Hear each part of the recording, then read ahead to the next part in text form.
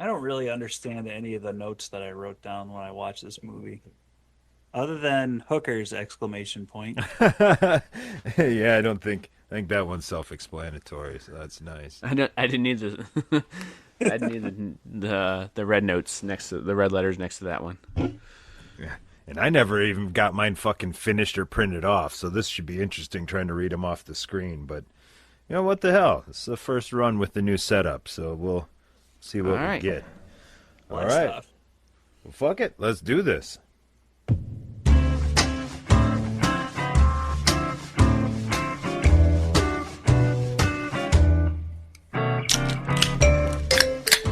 Greetings, listeners. Does this sound like you? You don't know what to watch next? Mindlessly scrolling down one streaming service, then another, and another, only to end up watching the same episodes of The Office you've seen 1,000 times? Not to worry. We here at the Half-Ass Podcast Network got you covered. Because we also know what the fuck we're watching next. Our next movie is always a mystery, always unknown, it's always to be determined. That's right, we let Tubi determine what we watch next, and you should too. So pour your beverages, pop your popcorn, and come along on a journey with us where our destinations are always to be determined.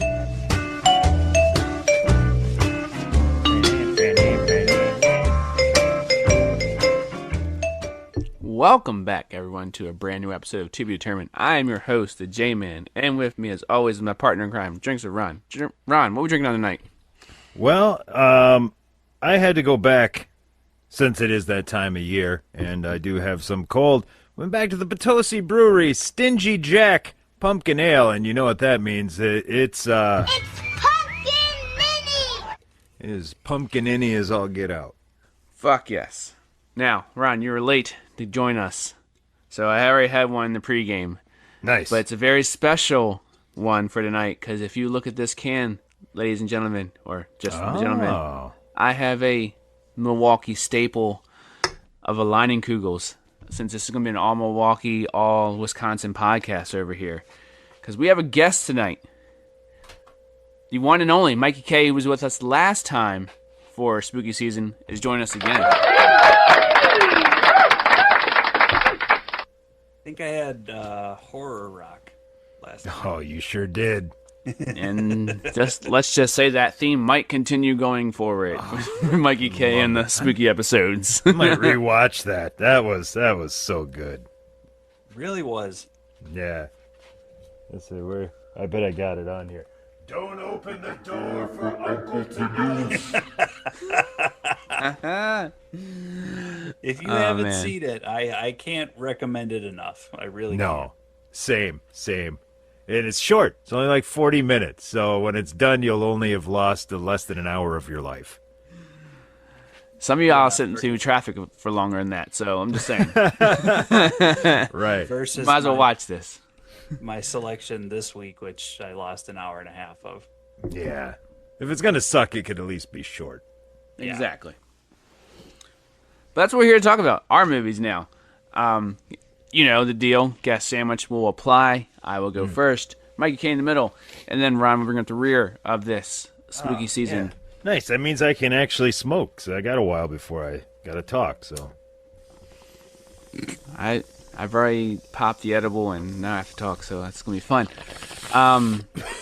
So again, we're doing spooky movies here. It is that time of year. For me, it's always that time of year. But in particular, October, spooky season. So I got a movie that's kind of a cult classic in my time of the early 2000s. Didn't catch on as much as I thought it would have or should have, given the allure this movie had. But I haven't seen this movie until now. So I was excited to get this this movie in because I've been meaning to check this out. And I gotta say, well, we'll start early, but a little bit. Kind of glad I did, and that is The Descent.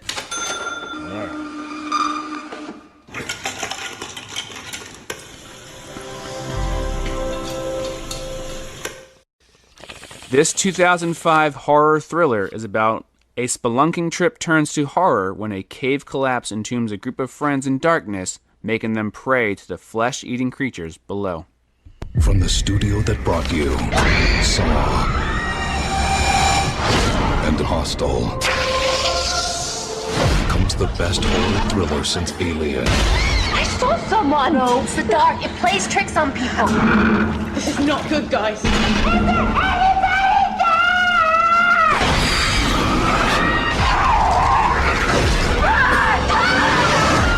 The Descent. Rated R. In theaters everywhere August 4th. Yeah, that about sums it up. I mean, Screamy. Yeah. it's just a little bit of screaming. Look, I'm not gonna lie, I'd be fucking screaming too in this situation, so I can understand why. No, like, again, I've heard a lot about this movie from a lot of people I follow who love horror movies. Like, you gotta fucking watch this movie. So, had to throw it in the list when it was on my chance for the wheel. So, let's just get into it.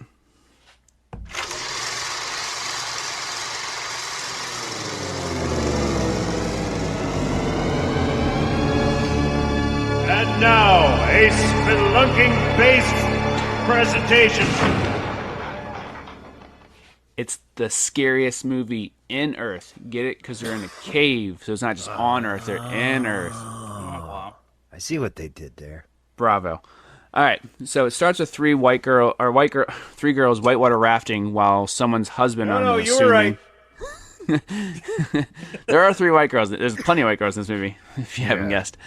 All right, so three girls whitewater rafting while someone's husband, I'm assuming, and child are watching along, as if they are doing what they can't possibly do. Like, there's a good chance that what you're watching will result in death. Like, why are you spectating on whitewater rafting with your wife who might die, and the mother of your child?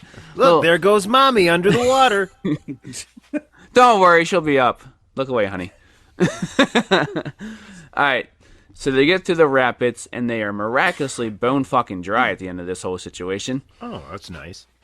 Sarah, the woman whose husband and child were watching them, heads off with them, tells the other girl she'll meet them at the hotel. Sarah and her husband and daughter are driving. She says, "Are you okay? You seem distant." And he says he's fine. And just as this happens, he crashes into a car, and pipes go through the windshield, killing her husband. Just... What the fuck? Just starts off with a fucking death scene immediately. All right. Sarah wakes up in the hospital screaming for her daughter, and she takes off out of the hospital bed in what appears to be an empty hospital, and then you know the whole scenes where people will run as the lights go off behind them, like they're running away from the darkness. That's what happens. So every single section she's in, she runs by, it gets darker behind her. Anyway, that's what's happening in this situation. She keeps on sprinting, and the lights go black, only for the lights to come on, back on, and people are actually all around her. So she was obviously dreaming this. As she crashes into her friend, who reveals to Sarah that Jessie, the daughter, also died in the crash. What the fuck? This woman wakes up and her world is destroyed. Her husband's dead, and so is her child. Damn. An amazing way to, like, wake up to that. Anyway. Also, while this is all happening, people are just walking by them, going about their day, like moving gurneys around them, having a conversation. If someone's literally not right there, crying her head off because her wife is destroyed. All right, carry on. All right, with the title card. 1 year later, in the Appalachian Mountains, the three from the whitewater rafting are meeting up with the two other girls. Oh, look, Ron, although it's only women on this trip, we get siblings in a cabin in the woods. That's 2 for 2 for me in the cabin movies. Yeah, I have siblings in the woods. Never go well in the Appalachian Mountains. Yeah. No. Only if you're a fucking loser and walk the whole entire trail or whatever those people fucking do. That's the only thing that's possibly good that can happen in the mountains. Other than that, nothing. So they get trashed the night before, rightfully so, because what else are you going to do in a fucking cabin in the woods? In the morning, they're deciding who's driving by playing paper, scissors, stone. Fucking Brits. Get the fuck out of here. Get the fuck out of here with that! This is America. Yeah, you do it fucking right, Metric. Get the fuck out of here. All right, one of the girls asks Juno while they're driving, "Are you sure we're going the right way?" Juno says, "Relax, I have never been lost before in my life." I'm sure it's going to end well for them. Jesus Christ. Oh, because that's a Metric. I've never died before either, stupid. Oh shit, Juno takes the tour guide booklet of the caves they're going to go spelunk to, supposedly, out of her bag and puts them in the car. Is she leading them to the wrong cave and this will cause a conflict later on in the movie? Oh, no. Let's find out. I can't fully blame white people for this because there is an Asian person in this group. So it can't be like all fucking white people. Yeah. Juno They should know is the Asian better. girl. Yeah. Don't go with the white people. But 5 out of 6 of these girls are white, so I think it still applies here. Who fucking wants to go spelunking? White people. Yeah. There's Exactly. no. Like, I'm just counting how many times you say spelunking. That's 3. take a drink. Sarah gets scared by 100 bats flying out of the cave, rightfully so, because why wouldn't That's where that they fucking live. scare you? Mm-hmm. They ask which way, and Juno says the only way out is down. I don't think that's how it works, Juno. I don't know what that means. No. You came from up top. You can go back up top. That's Yeah. If you keep going down, you're never getting out of there. All right. So Juno apologizes to Sarah about not sticking around after the accident, and I'm gonna say it gets revealed later, but I'm pretty sure Juno was fucking Sarah's husband because they had this moment when they get out of the whitewater rafting, and then immediately she's like, "Hey, you seem distant." Yeah, I'm pretty sure she fucked her husband. Let's find out that too. He went spelunking in her cave. Shame cave. All right, so one of the girls finds a tight and narrow passage to their next location. Sarah brings her to the rear, gets stuck, and becomes claustrophobic, and someone comes to get her, and as they start to make their way out, the passage starts to collapse. They escape, but now they're trapped. Dun, dun, dun! Alright, the girls, of course, ask Juno if she has the book to the path to the cave because they need to know where they're going. She says she didn't bring the book, and they're obviously pissed because they know Juno took them to the wrong cave and no one knows where they're fucking at now. Good job, Juno. Good start. Alright, at one point, one of the girls says, we all agree this would be good for Sarah, and Juno, holding back tears, says we all lost someone in that crash. Yeah, she definitely fucked Sarah's husband. Yeah. I mean, you just might as well. We all lost something in that crash. What'd you lose? Her man. You lost her man. My boyfriend. All right, so they have to get across this gap, and they have to do the whole high rope thing where you do one hand over the other. And I don't care what movie it is, if the movie has someone hanging on to a ledge or a rock wall or any kind of thing with just their fingertips, I immediately get that feeling in me, and I get tingly and sweaty, and it just gives me the creeps. Every single time. It feels like it puts pressure on me to hold on to something. Maybe you need the guy's girlfriend. So after that, they finally get a quick glimpse of the monsters. So get a little quick glimpse. One of the girls, Holly, rushes off because she thinks she sees daylight, slips into a hole, breaking her leg, and they rush to help her, and one of the girls has to shove the bone back in her leg so they can dress the wound. It's fucking brutal. Again, from the producers of Saw, you're going to get this kind of shit. So they find a tunnel with a draft. Oh, sorry, so they try to find a tunnel. They put their lighters up so they can find a draft. So they find which tunnel to go to. If there's a draft, you can get out, apparently. They find a wall, and they climb up it. Oh, shit. Yeah. They find a wall, they climb up it, and they find what seems to be animal bones all around. So they turn on the infrared because they can't see shit. Another great camera angle, like for horror movies, is using the camera as a POV. Like, so you see it's a good... Because then, obviously, once that camera pans, perfect. You get the jump scare too. So they turn on the infrared in the camera, and they have to see better. And when they pan around, one of the creatures is right behind someone, scares the fucking piss out of all of them because it starts climbing the cave walls and ceiling. They run, get rid of a flare. When they do that, one of the creatures jumps on Holly's back, the one who broke her leg, bite her in the neck, rip out a huge chunk. She's dead. Meanwhile, Juno is trying to save her. Good luck doing that. And she's fighting off these two creatures. She might be a bitch who will fuck your husband, but she's fucking these creatures up, so you want her on her side. She's like just destroying them. She's got a pickaxe, kicking them. It's fucking badass. Go Juno. Yeah. But while she's doing this, she hears someone creep up behind her, turns, swings the axe. Nope, it wasn't one of the creatures, it was one of her friends. She just killed her. Axe right to the fucking throat. Oh, shit. Juno. Why would you come up behind somebody swinging an axe? Like, again, you know she was fighting off creatures. Yeah. Why would you think the idea after that is to sneak up on her? Fucking asking for it, Darla! Not a bright move. Again, fucking white people. Yeah. Goddamn honkies. You know what? I'm going to do drugs about it. So when Juno's doing this, there's other girls on the other side of the cave running and falling through the cave because it's dark as fuck. And they're panicked and running in the dark. Of course you're going to fall. It's dark and chaos has ensued. I don't know what girl is who, so these notes will get really fucked up from here because I have no idea what girl is who. It's 4 white girls and Juno. I know Juno, she's the Asian girl. She's the darker one. Everyone else, I have no idea. They all look alike.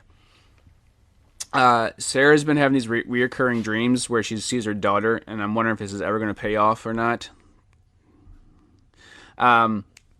But she's using the camera to see that they weren't animal bones that they were in. They were human bones because there's skulls all around. So they weren't in a pit of animal bones. It's humans. She then sees her friend fall from a hole she just fell through, and the creatures start eating her.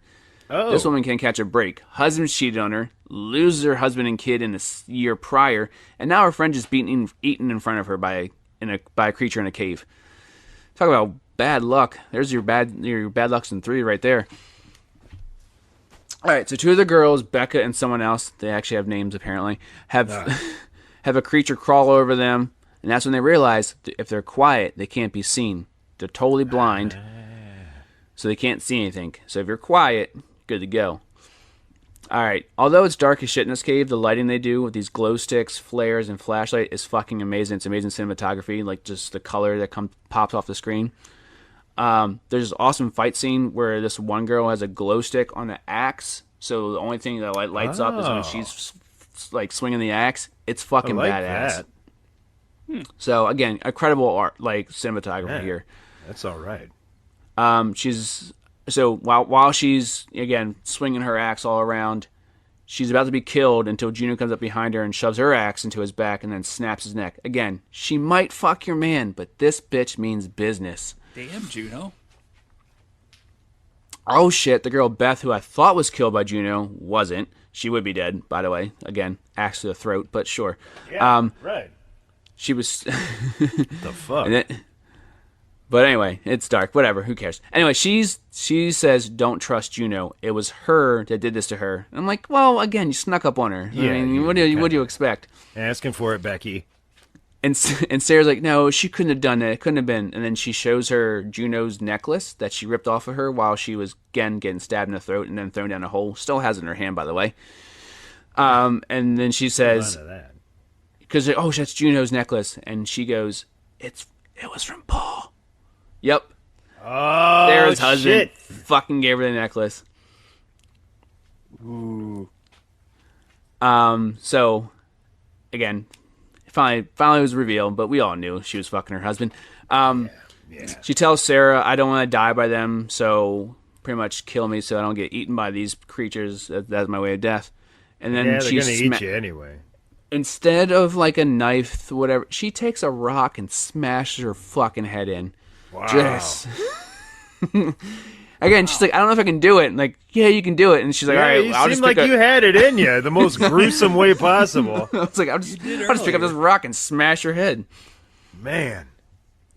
All right, White so girls. Jesus. Now Sarah is fucking pissed, and the creature attacks her, and she wants nothing of it. She stomps that motherfucker's head in. She is on a rampage. Yeah.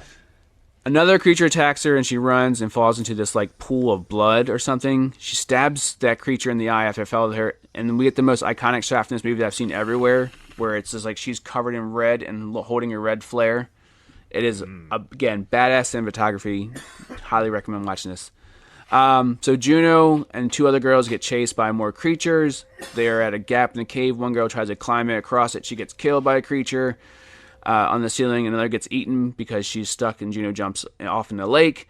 And now there's a lake underwater. I don't know how this works. But I know there's stuff. I know like water drips, but the whole fucking lake underwater, it's crazy. There's a creature underwater, and she's by it, but she stabs it again. Amazing cinematography because like a green glow sticks underwater, so the red blood comes out. It's a good shot. All right. All right. There's 10 more minutes left in this movie. I could easily spoil this movie for you, but I don't want to do that because we're left with Juno and Sarah down as the 2 final girls. Do they reconcile their differences after knowing Sarah or Juno fucks Sarah's husband? Do they fight together, or do they backstab each other, what they've been doing for the years, apparently? I don't know. You're going to have to find out for yourself. Do they make it out of the cave? I don't know. There's a descent, too. No, Electric there Boogaloo. is. Yeah, So- I saw that. Spelunking. Do they do Spelunk and Boogaloo? So do they make it out? I will leave that for you to find out. So hit that sounder run. Again, I haven't seen this movie. It's been over 20 years since it came out, or about 20 years since it came out.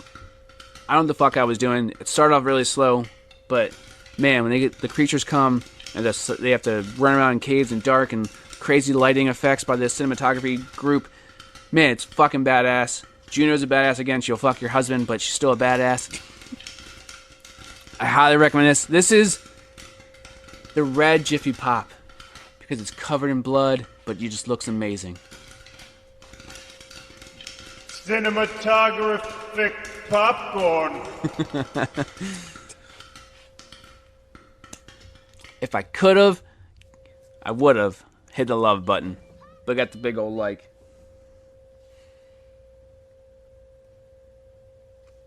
Ron died. There you go. Ron was buffering. Mikey, I think you're up next. All right. Well, as is what I guess is going to be a tradition now of me picking the most god-awful movies I can find Yeah. for the spooky Tradition like cast. any other. Yeah. Well, I wasn't expecting to actually to get this when I suggested it. I was hoping somebody else would. But, yeah, we go from your fear of being trapped in a cave with someone with an axe, apparently, 'cause I feel like the character from yours might have actually been more scary than the monsters. Yeah. We go to Your name was Fear badass, of Drowning with Octopus 2.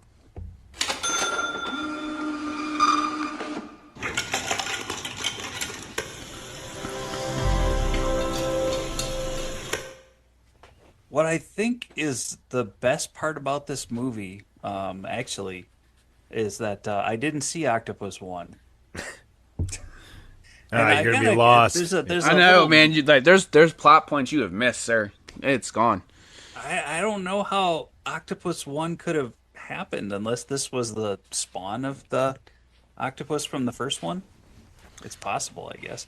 Well, they came out the same year, apparently, so. I need Well- to give a shout out to Tubi in general, though, because apparently the kind of people that they target for advertising for this movie have issues with boners because there are a lot of boner pill ads in this, and bad credit. To be fair, if you're watching an octopus movie and getting a boner, I'm pretty sure you're gonna have bad credit too. So Anyway, the scary thing about this movie is it came out in 2001. I think Ron brought this up before we even did this, that he couldn't believe this was actually 2001 because the trailer and everything is so absolutely 80s. So I think we should probably just go ahead and get right to that part. Well, it's funny that you mentioned I couldn't actually find one, but what I did find was. It's out there. We have got to clear the water. The sci-fi premiere of Octopus 2, Saturday at 9, only on Sci-Fi. Part of a whole day of creature movies. Yeah, not very helpful, but. part of a whole day of creature movies, man. Where was I at that time? Yeah. Like, I want to be in that time frame. Time to be alive. Hopefully they started with this and worked on to ones that were better. But yeah, the entire movie kind of starts out as it's a buddy cop movie. Of course, the partner of the new rookie cop who's just trying to make his way on the force is just a few days from any other movie. It would be retirement. Yes. But this movie, it's a desk job. Oh. But I mean, also be fair Low to a lot. stakes ass move. To be fair, a lot of cops view that as retirement. So At one point in the movie, there's actually him looking at catalogs, picking out what kind of chair he wants for his desk, saying that the chair actually makes the man. Like that's the Yeah. first thing you see if you want somebody to take you seriously. That's Is true. this great big leather chair with a bunch of little studs in it and stuff like that. But You gotta have a good chair.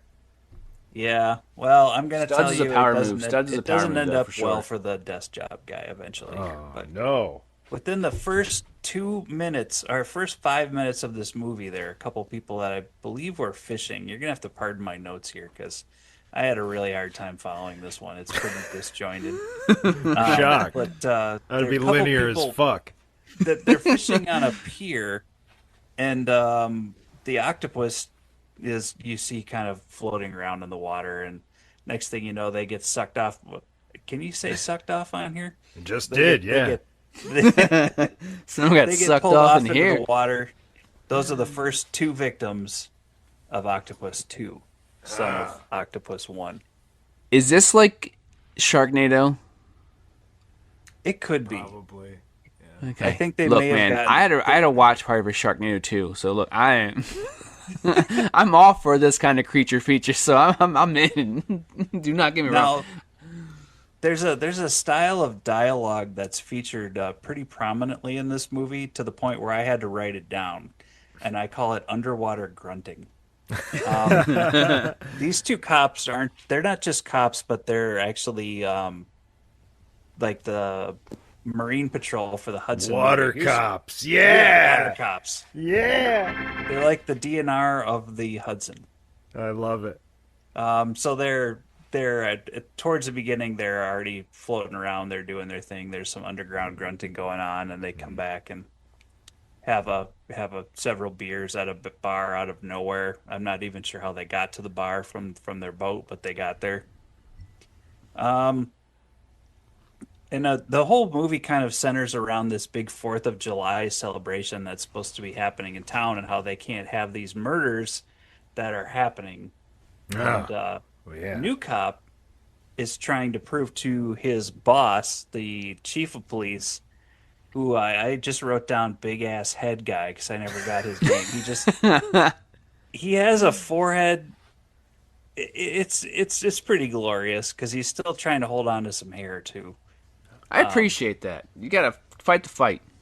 And every time the new cop tries to bring up that it's actually an octopus that's killing these people, the new cop or his boss says he has to get his head examined.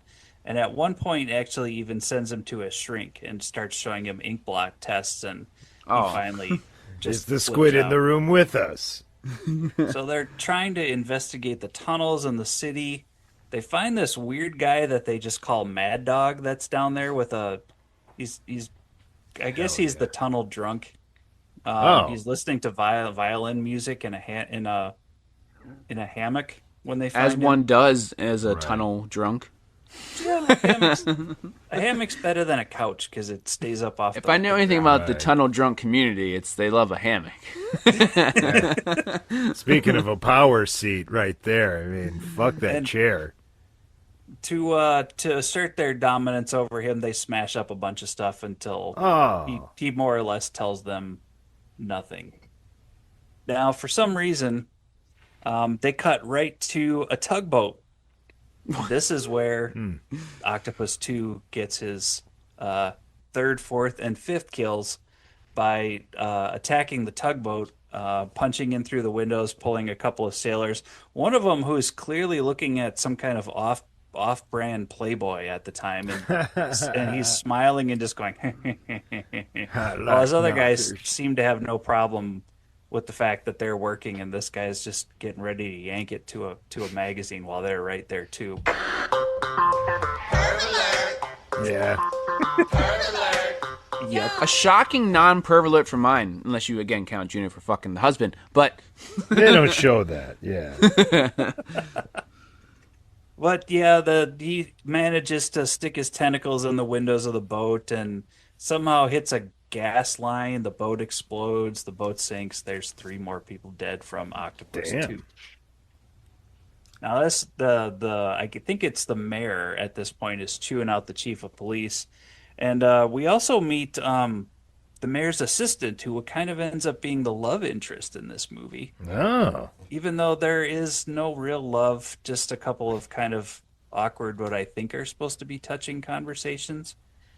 He's concerned about the big 4th of July celebration. She, for some reason, is interested in saving sick kids. Why sick Oh. kids have anything to do with what's going on, I don't know. Um, what happens next after this? I can't even read my freaking notes. Oh, this is when they actually go out on a boat and they get a call. They're cruising the harbor, the mean Hudson Harbor at night. They get a call saying that there's a fisherman meeting. They meet him at his boat. And this is when soon to be desk job cop and new cop decide to get underwater and do their scuba thing. Hell yeah. Well, unfortunately, this is where desk job cop meets his match. Oh no. Yep. He reached his desktop. He gets suction cupped to death by Octopus 2. Ooh. So he gets sucked off. And what we learn actually from this point is that when New Cop actually jumps out of the water and tries to pull the octopus out of the water with a crane that he just happened to find somewhere. And knows how to operate too, obviously. Yeah, Well, yeah. right. Just magically. There's a lot of above ground grunting at this point too, as he's climbing up the ladder into the crane, and a lot of screaming. Like And that. it actually pulls the crane into the water, and there's no way to save the cop. Oh. The chief at this point still thinks he's nuts until the love interest actually helps convince him that yes, it is actually a squid doing this. Well, if she says so, then I guess. Now again, New Cop is distraught, but he's having nightmares. There's this very long sequence that takes place where the 4th of July ceremony is going on, and the squid is tearing down the Statue of Liberty. And he's, for some reason, in the top of the Statue of Liberty. I don't think you can actually go up there anymore. Yeah, that's not allowed, squid. That's off limits. Octopus. This was pre 9/11, which is I think when they cut that off, though. So Right, yeah. So I guess at least they're true to the time. I mean, look, I just know Bill Murray got inside that thing and it fucking walked. That's all I know. Just saying. Yeah, I forgot about that. Now that would be if you could mash these two movies together, they might make sense.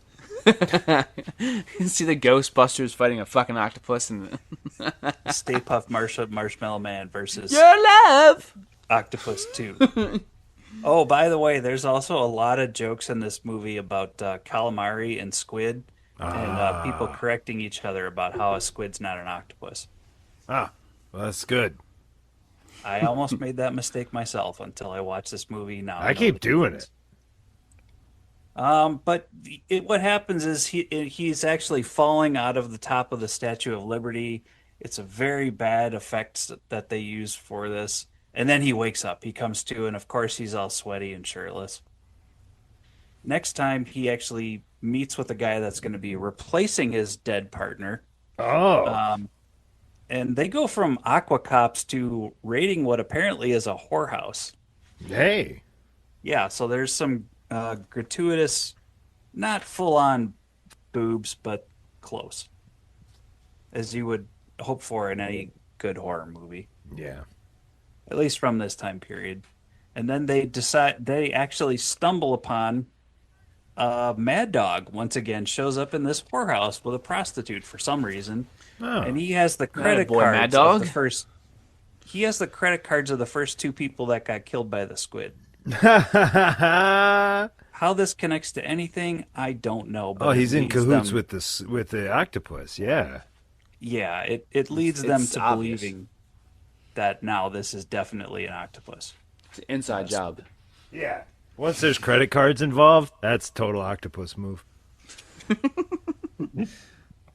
Credit card fraud was the deal breaker. Yeah, no, squids are more of a wire fraud kind of guy. So credit cards, total octopus.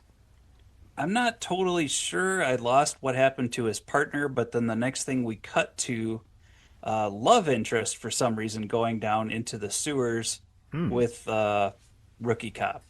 That does not go well. She almost gets taken by the octopus. He almost does as well. And then we move on to basically the kind of the grand finale of the movie after they've talked to some weird chemist after they analyzed some goo that they found in the subway, and he This sounds like he Ghostbusters 2. triangulated the mating patterns of these octopuses pie. Does anyone know? Does anyone know? Is it octopuses or octopi? I think it's octopi, but you probably have to ask one what its pronouns were just to not, Right. you know. I'm pie. Guard P, your I'm fucking puss. credit cards while you're doing it. That's all I know. What was? Yeah, I just know that the sewer guy was paying for the hookers with the credit cards. He got them from the octopus. I know it. Yeah, I think they were in cahoots the whole time, but Yeah. you never see him again for some reason. Because he's your best character, so use him sparingly. Now we cut to the big 4th of July Day celebration. It's the grand finale of the movie. And we cut to the assistant of the mayor with a busload of sick kids, of course. Somehow the octopus actually managed to attack the tunnel that they're in. And our hero decides that he's going to save the day. How does he save the day? How would you save the day if you wanted to get rid of an octopus real fast?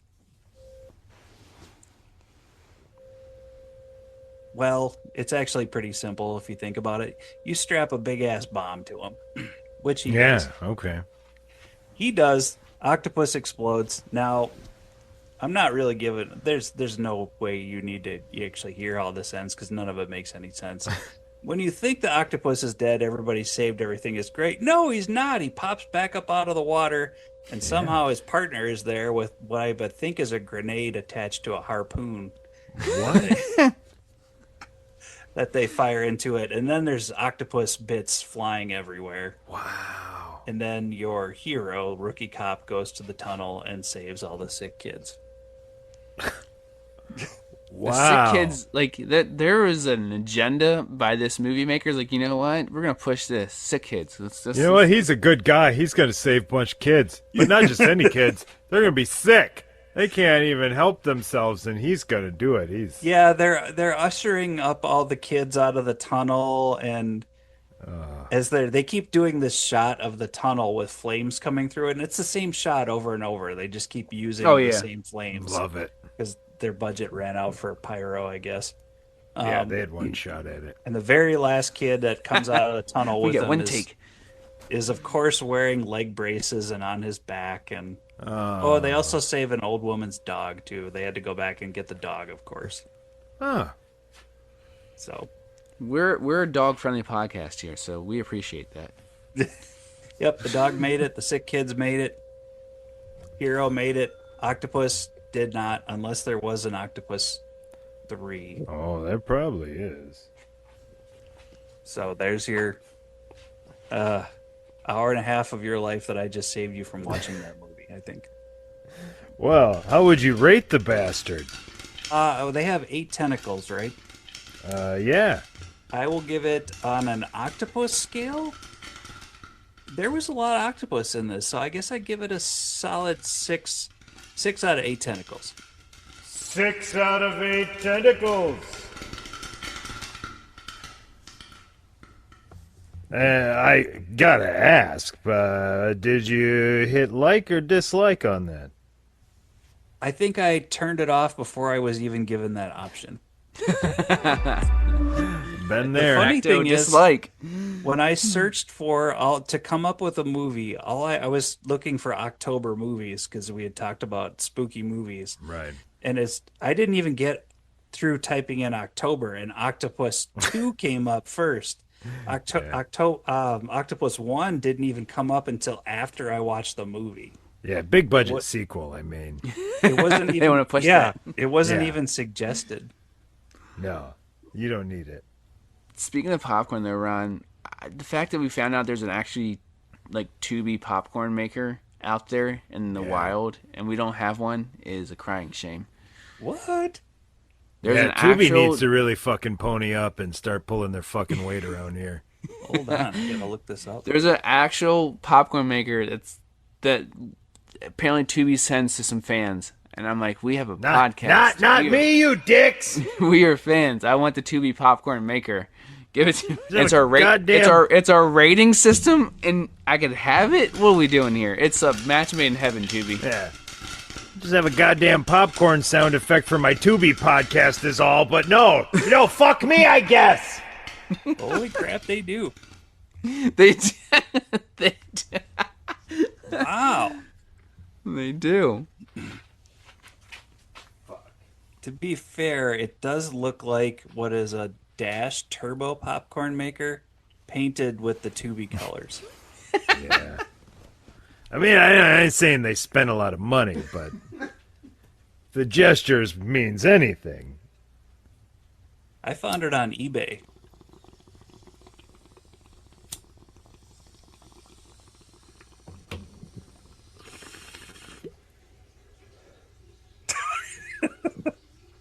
Is that me? No, it's all right.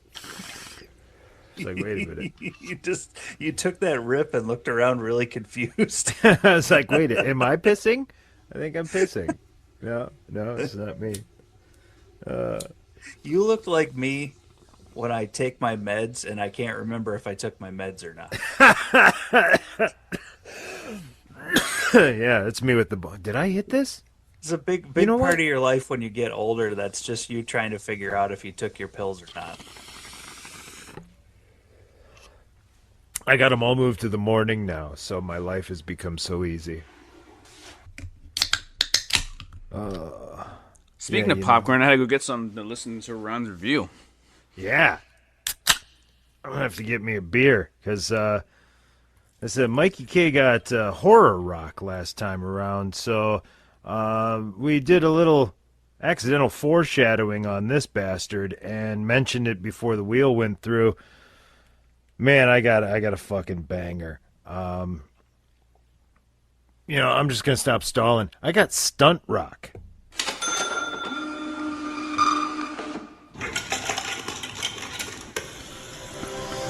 This 1978 mockumentary music action movie, playing himself, Australian stuntman Grant Page helps rock band Sorcery with stage pyrotechnics in a fictional account of his exploits in LA. Ladies and gentlemen, Sorcery.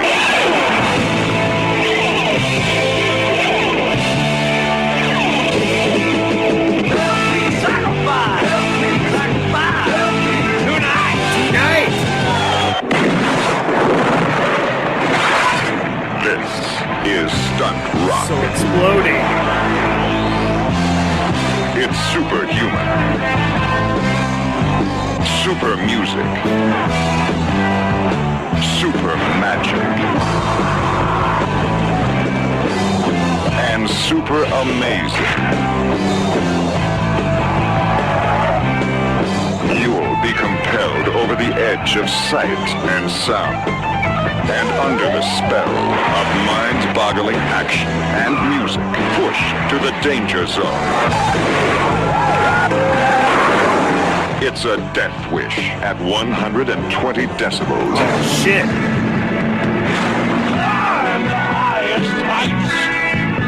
You fly the forest blights, living on borrowed time. Your life is on. You have to have a nap when the wind is at your back. You must survive a test to be better than this.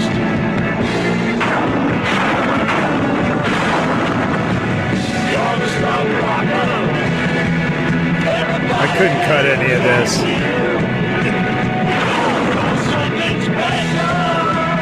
I tried.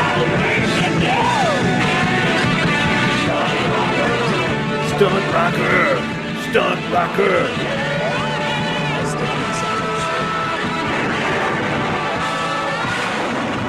Stunt Rock, the ultimate rush. Man. You didn't tell me we were going to the danger zone. Oh yeah. Well, I didn't want to give anybody any forewarning so they might bail out. It was. I think I just listened to the whole entire movie. Yeah, kind of. You know what? Let's just fucking get in there. Let's get in there. And now, our Australian-ass movie. All right, this film contains... Oh, wait, I take my notes with voice to text, so I'm going to input my notes for this movie in a bad fake Australian accent. This film contains many extremely dangerous stunts. Do not imitate what you see. Cut to Australia, where we have to show very Australianness of it all. Our fearless spandex-clad stuntman, complete with 70s-ass headband, is on what looks to be an extremely dangerous rock face at the ocean. Now wait, those aren't spandex. Those are just sweatpants that are on so tight they look like spandex. Crikey. Yeah, my jewels. I kind of find this meta setup where instead of being an aid to the movie, the stunts are the movie. All the time and effort that goes into these stunts, and then literally dozens of man-hours, and some of them hundreds of man-hours, and what you're left with is 3 seconds that get used in the movie. At least this way you're getting to use the setup and the technical end as part of the movie, so I kind of like that. But never mind that, because the latest extremely dangerous, and might I say, absolutely pointless stunt that Grant Page is pulling this time is for a TV spot, because he's heading to Hollywood to work on a TV show tomorrow. So, oh man, this theme song hit me like a sucker punch. You just heard it, stunt rocker. So this is our band Sorcery that I've heard so much about in our opening credits. Man, we are getting a Sorcery studio performance right now. And if you were worried it was only accomplishing one thing, well then you're wrong. Because they use this as the background for compelling video of Grant and another dude exploring the city. Oh, it's his cousin, who is a perv and literally just grabs some random chick's ass on the street as they're walking by. I don't know. Again, as one does when you walk by someone. Yeah, well, she was bending over, to be fair. So, I mean, that means you can grab her ass with impunity and then, like, keep walking. Did they high five? No, but he kind of like, yeah, like he, and she was like, oh. Okay, so not only is he there to shoot a TV show, and I assume fall in love, but he's also here to help his cousin and his rocking band with their stage pyrotechnics. This thing is going to hit the hat trick of everything we need in a 70s movie. And if you think I'm pulling on the legs of your skin-tight jogging pants, well, then I offer you as proof we've already had multiple people smoking. I feel like I need a 70s bingo card. Let's see. Apparently this guy is a total attention whore, so he has to do a spot for an LA TV station where he gets hit by a car, only he fucks it up and actually gets hurt. A mild concussion, according to the news. And this is where our cigarette-smoking 70s blonde chick sees him and apparently decides she needs to talk to him. So she shows up at what I can only assume is a hospital, since he has a mild concussion. So clearly what he should do is climb out of the 4th-story window in a hospital gown and whitey-tighties and scale down the front of the brick building. Hey man, this isn't one of the facilities that Mikey is familiar with. You can leave anytime you want to from a hospital. No one is making you stay. So, clearly he meets the chick out front and says normally he finishes up this kind of therapy with a driving session. And then he takes her car and starts driving like a madman, because if he's late to the set, he'll get fired. Even though I'm sure everyone knows that he was hit by a car on TV and has a concussion. Probably be better to be late than to show up on set in a pair of fucking whitey-tighties and an open-back gown, but what do I know? Don't worry about his clothes, because apparently Grant keeps a stash of skin-fucking-tight 70s clothes on set, and he is already in a nearly sleeveless shirt with jeans that are probably cutting off the circulation to his balls. Apparently he's shooting the stunts for a TV show, and the star is rather upset that someone is doing all of her stunts for her because it takes away all the realism.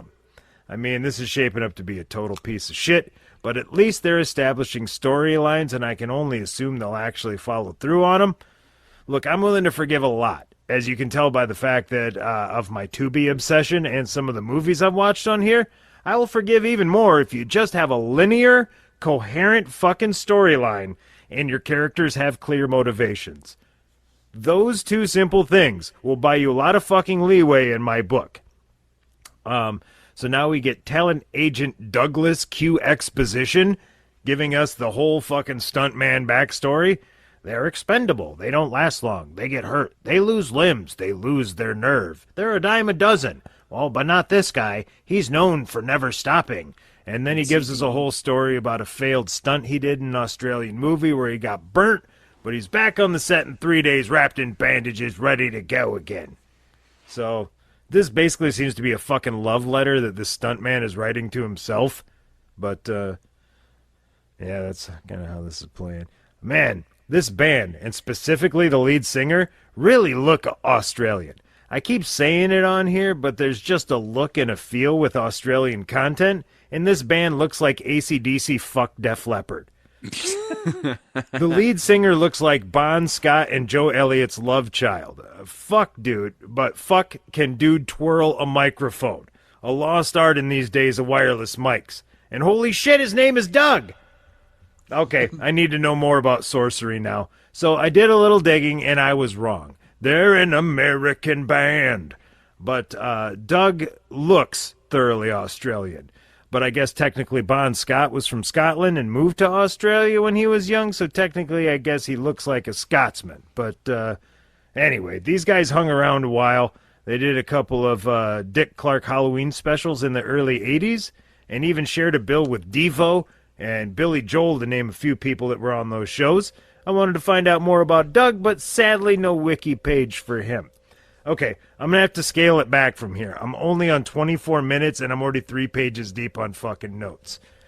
So the Joe Elliott Bon Scott love child is leading his weird fantasy rock band on stage, and we've got a wizard with a flaming staff fighting a devil with a flaming trident. Oh, and I forgot, the keyboard player is always wearing a fucking mask and a hood. Why, you might ask? Well, our reporter did ask, and well, the answer was, why does anyone wear a mask? What? Okay. How does it feel, she says. Uncomfortable, he replies. Like, oh, okay. That's Head of his time, doing uncomfortable things just to be famous, essentially. Yeah. Why does anyone wear a mask? Like, okay. Because it's stunt rock. Yeah, I mean, you gotta hide your identity with this kind of high-stakes stage show. Oh, man, Lurking with the Demon? What a song we've got here. I like that title. Yeah, me too. Lurking. I love a good lurk. So I was lurking, lifting, licking, lurking, lifting, licking. Lurking while spelunking. Isn't that the name of a Steve Vai album? So our Dutch actress is super impressed with our wizard, who uses his wizard power to manifest a cigarette, and then our demon uses his demon powers to shoot flames from his wrist and light the bastard. Hell if this thing gets any more 70s, there's going to be a fucking gas crisis. Okay, they sound more like Boston if they had added one of the members of the band Yes, but growing up they lived next door to Jethro Tull, if that makes any sense. Oh man, the debauchery backstage for this band must have been legendary, because we cut to where they're all standing around their dog, who they have dressed in a wizard hat, and they're all feeding him the leftover food from the pre-show spread. These guys knew how to party. Now we get the history of the stuntman industry dating back to the circus, and then to vaudeville and in silent films. And we also find out that Grant wants to write a manual on the techniques of the stuntman. Okay. So I'm halfway through the movie. The actress still wants to do the stunts. The director is still a dick, and the stuntman is starting to up his pursuit of the reporter. And I find out there was a movie in the 70s called Gone in 60 Seconds. I did not know that. Apparently, this guy was in it. So our TV star wants to shoot the flare gun, but her agent doesn't want her to. But the director is demanding it. Fuck, this movie could have been written by a 12-year-old. But again, everyone has established characters and clear motivations. It's really not that hard. In fact, it used to be fucking cliche to have just a simple fucking motivation for your character. It was standard. So we've been getting a pretty heavy dose of Sorcery's stage show. I believe this is the third full song. I mean, I guess this must have looked pretty awesome in 1978. Pyro wasn't super commonplace.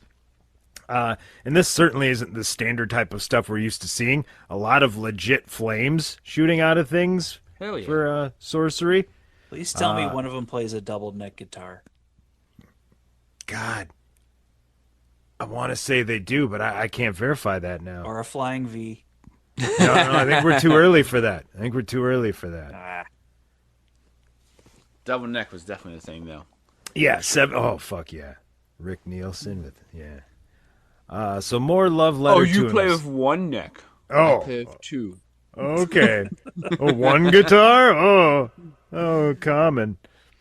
So more love letters to himself about his groundbreaking stunt work, and then back to another entire song from Sorcery. This time the wizard is fighting off the demon with with a wand that shoots glitter out of it. And by shoot, I mean literally he has to swing it, and he's just flinging glitter out the end. Just skeeting glitter all over the place? Yeah, at the demon.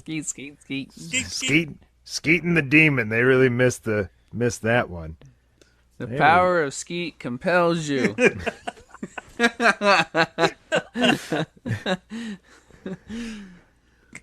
Now we get the iconic scene I mentioned last episode where he scales a rope that he's got suspended between two buildings, 13 stories up, to get near the reporter's window so that he can ask her out.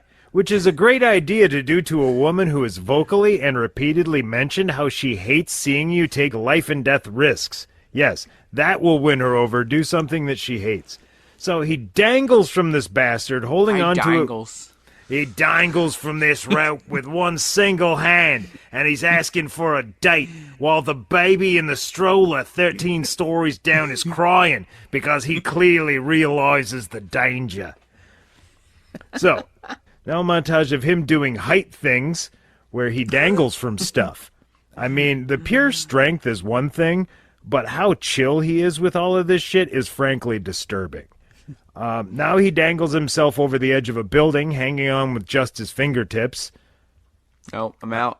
I'm out. My last minute, I'm out. Yeah, like he literally does it. They're on top of a building. He just literally climbs over the edge. I don't want to feel like I'm dangling. Give me ghost. And goes, look, it's all about confidence. I know how strong my fingers are, so I'm never worried when I dangle over the edge. Let me show you. And then he just literally climbs over the edge of the building and just fucking, granted, he's like 90 pounds and nothing but fucking muscle, but Jesus Christ, it's disturbing. Then he gives a little speech where he kind of sells me on the idea of hang gliding, to be honest. But then we cut to a montage where we get a tight shot and realize that the rigging that is holding these fuckers to these hang gliders is literally two metal carabiners clipped to a larger metal carabiner in the middle attached to ropes. If that metal clip fails, these dudes are fucked. It's just literally a rope hooked to a clip, hooked to a bigger clip. That is all that is holding them into these things as they're gliding down a fucking cliff. It's amazing. All right. You learned anything from Owen Hart's tragedy. Right. Exactly. You could never have too many carabiners. I didn't think this was going to be a carabiner podcast because that's my movie had a lot of those with the spelunking. Yeah. So many carabiners. I'm going to see if there's a carabiner too. Hold on. Electric Boogaloo, yeah. Well, we're in the home stretch of this bastard, and I rescind everything I said about it earlier. There is no resolution to any of this, unless the big ending to the movie arc was the star shooting that fucking flare gun at the van. The director's big arc was getting her to do it, and the agent's big arc was taking credit for letting her do it after he was forced into letting her do it. Oh, and apparently dude got his date. So I guess that's... She loves a man that dangles. Yeah, he really dangles. That's not a dangle. This is a dangle. All right, let's rate this bastard. I mentioned earlier that the stunts is something that enhances a movie, and instead this is making it the movie. The problem with that is there really isn't an organic story with the beginning, middle, and end. It's just a bunch of shit blowing up and subpar music. Oh, and an Australian dude trying to get laid by dangling off of various buildings. But I don't want to be too reductive here. It was fun. I had a good time watching it. It was more entertaining than it wasn't. It's a popcorn. I went to the counter. I said, "Give me a fucking popcorn." And they gave me a fucking popcorn. It's a fucking popcorn. And I hit like. There you go. Yeah. So, I mean, yeah. I said it was garbage. There was no real movie. The entire story arc was literally just the shit with the director and him trying to get laid. But yeah, it was a good time. So did you ever watch Horror Rock? Oh, to compare it to Stunt Rock, what would you say is the better of the two? I have more of a fondness for Horror Rock, to be honest. I'm pretty high right now, but I'm thinking about rewatching it. Maybe you got right a good after sounder out of it too. Yeah. Fucking Uncle Tanous. Uncle Tanous. God, open the door for Uncle Tanous. Say Uncle Tanous 3 times. Yeah. Nope. Don't do it now. Uncle Tanous, don't open the door. If it would have clicked out again, I'd have been convinced.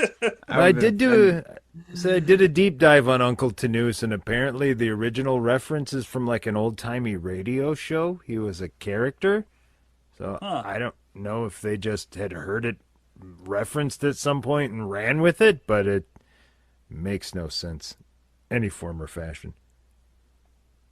Yeah, I'd never heard of I actually listened to quite a bit of old-time radio. Yeah, I can't remember what show it was. Uncle Tanous was Danny's wealthy Lebanese uncle on the Danny Thomas Show on television. Yeah, I'm going to have to go redo a deep dive because I was high and I don't remember my Uncle Tanous facts. See if we can get it into another Tubi movie somehow. Yeah. I'm going to watch that bastard again. Probably right when we get done here. Was Stryper on that? I don't think so. There were 2 fairly big bands that were on it, and then the other ones were just god-awful. Oh, that fucking Applebee's, though. I'm going to watch it again just for the Applebee's. Oh, shit, yeah, I am going to have to watch that again. See? And it's only 40 minutes, so it's like, fuck, even if you get sick of it halfway through, you're like, I can make it. Yeah. That's something you get really high, you put that on, and then you throw the remote across the room so you can't turn it off. Yeah. Killing good in the neighborhood. All right, so we got to pick our next movie. Now, generally, we would have a wheel here. Oh. But it's kind of an awkward week for us. We're about to go on vacation at the time of this recording. We are going to somewhere special. We're going to have our OSC parade. We're going to go to Vegas. It's going to be the whole crew almost. It's going to be amazing. So, I didn't want to get into an episode fully. Plus, we've been trying to work a way into getting Tubi originals on this episode or on this podcast because we feel like they lack a certain thing that we're looking for in production. Let's just say. Wait, is however, that why you get the popcorn maker? Fucking better. I mean, they do a great job production-wise. I'm sorry, I misspoke. But no, so we figured what better way, because we know, we pick a movie, we're going on vacation, we want to have time, so the movie may or may not be off the, Tubi, but within that time frame. So we want to take that risk. We want to get Tubi original in here. And thanks to Tubi Horror Movies on Facebook, there's a fucking whole group of you out there that I'm a part of.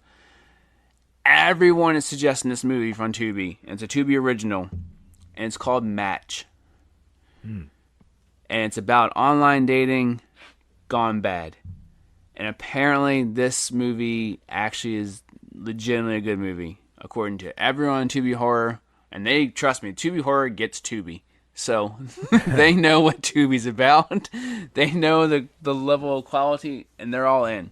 And I've seen some horror people that I follow that are in on this movie too. So I don't need to I'm watch a movie intrigued to tell you see if stories this about is. online dating going wrong. Yeah. I'm intrigued because again, Tubi. Some of the still shots for your Tubi originals, let's just say, leave a little bit to be desired. Just saying. So we'll see. All right, since now we have a sound to play us out, I think it's going to do it for us. Thank you, Mikey K, for coming on and joining us as another spooky guest for us back-to-back years. Anytime. And let's get lucky with this match. Hopefully the reviews of Tubi Horror on Facebook don't let me down. Just saying. They get Tubi though. They get it. You're listening to To Be Determined on the Half-Ass Podcast Network.